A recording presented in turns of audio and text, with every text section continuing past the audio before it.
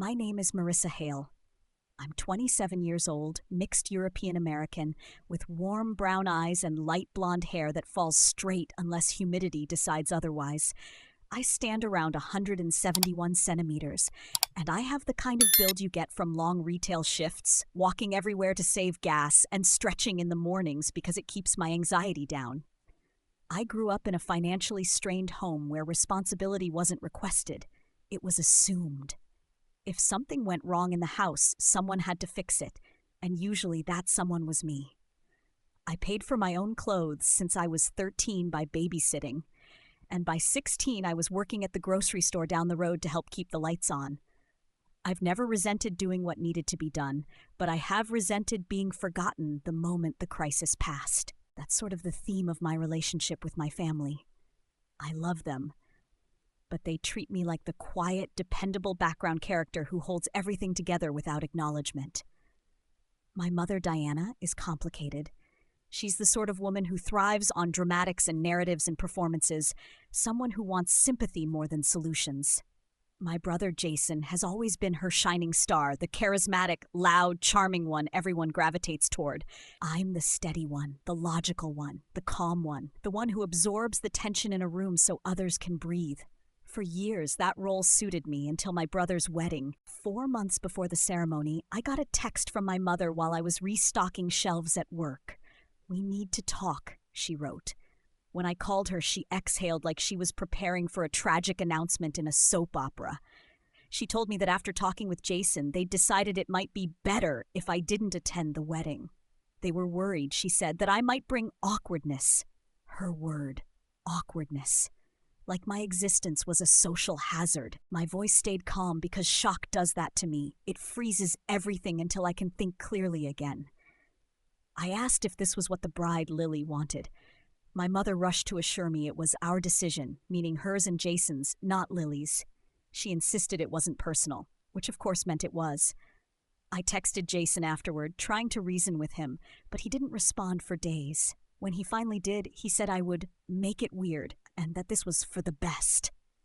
When I told him I wanted to be there for him, he read the message and never replied. I even reached out to Lily, but she didn't answer. I figured my mother had gotten to her first. So I swallowed the hurt, journaled the conversation word for word like I always do to process things, and told myself not to escalate it. I didn't have the energy for a family war. But the night before the wedding, everything cracked open. At 10:40 p.m., my phone buzzed. It was Lily. She apologized for the late message and said she'd just discovered I wasn't on the seating chart. When she asked my mother why, she was told that I had said I didn't want to come. She apologized again, saying she didn't want to cause drama the night before her wedding, but she felt sick, realizing I was being excluded. The truth hit like cold water.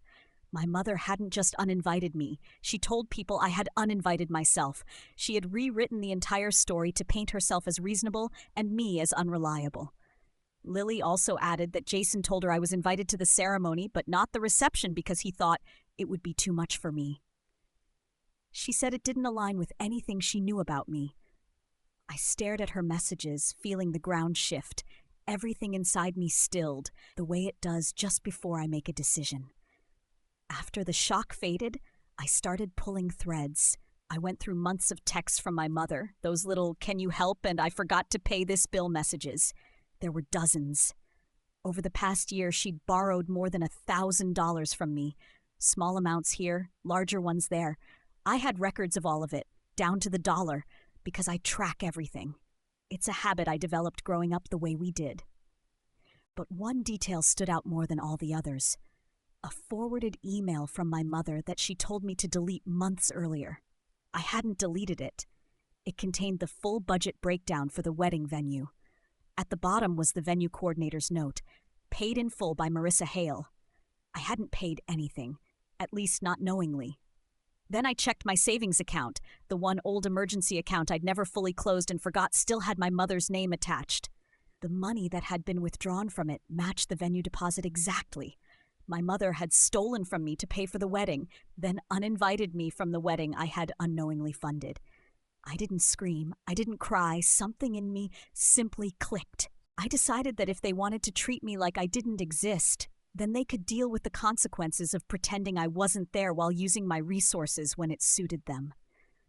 The next morning, the day of the wedding, I texted my mother and brother, "Just letting you know I won't be attending. I don't want to bring any awkwardness." Their own word turned back on them. They panicked instantly. My mother said I was making this about me, that I was embarrassing them, that I would ruin the day. My brother accused me of being dramatic and selfish.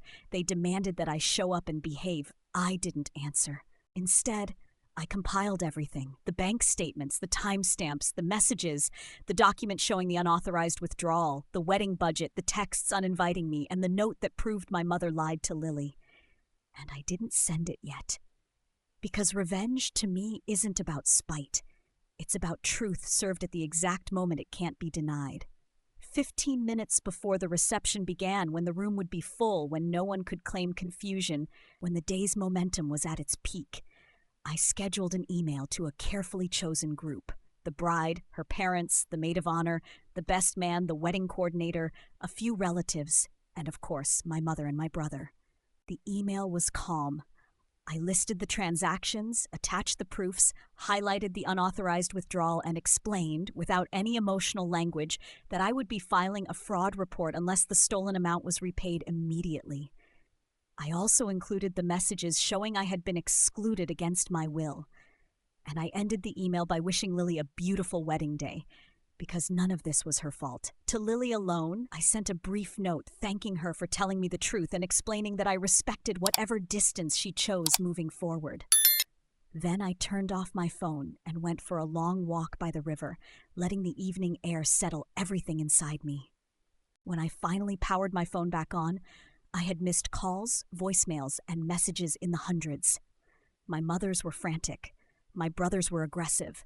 Lily's mother wanted clarification. Friends of the family asked if I was okay. Relatives said they had no idea what really happened. And Lily, she thanked me. She said she was devastated by what she learned, and that she respected any boundaries I needed going forward.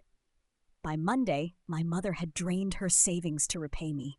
She called the bank trying to undo the damage, but they explained plainly that she had committed fraud and that I had every right to file charges. I didn't file. I didn't need to.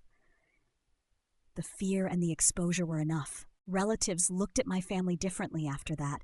People who used to dismiss me suddenly wanted to hear my side. And Jason's marriage, while still intact, developed fractures that counseling could barely paper over. As for me, I removed my mother's name from every account. I put boundaries in place that were not negotiable. No borrowing money, no guilt trips, no emotional performances, communication in writing only. The silence afterward wasn't lonely. It was peaceful. Looking back, what I did wasn't about vengeance. It was about reclaiming space my family had taken from me for years. It was about letting the truth do what it always does when it's finally allowed out into the light. For once, they had to face the consequences of their choices, not hide behind me.